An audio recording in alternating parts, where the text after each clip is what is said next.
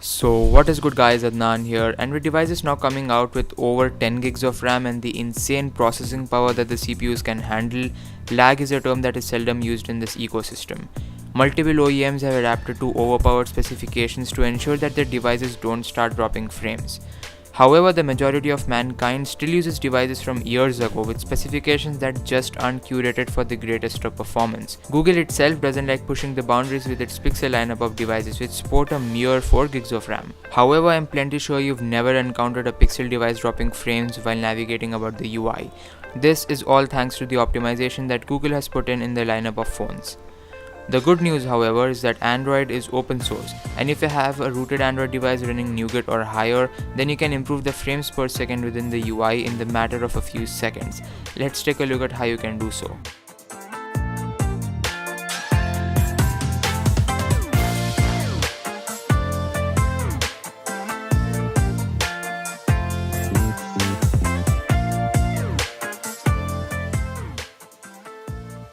For this trick, you need a rooted Android phone running Nougat or higher as mentioned before.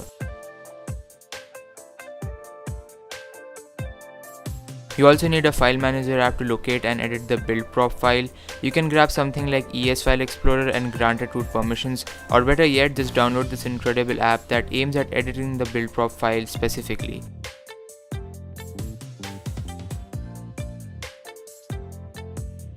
Do note that this trick only increases the FPS for the framework, and most apps or games that run on the OpenGL plugin won't be affected. Just tap on the application, grant it root permissions that it might ask for, and proceed by scrolling down to the bottom of the code. Now in a new line, enter the following command.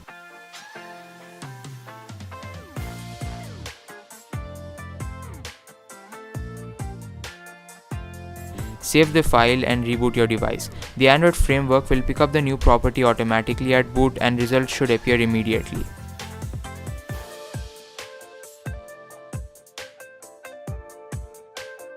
All of this is visual, and to check if your device has actually been improved upon, navigate to Developer Options and enable Profile GPU Rendering under the Monitoring tab. This will now overlay a real-time graph of frame rates. The green horizontal line indicates the 60 FPS mark, and the lines that are well below it depict the smooth animations running on or over 60 FPS, while the lines that cross over mean that the animations have been slowed down.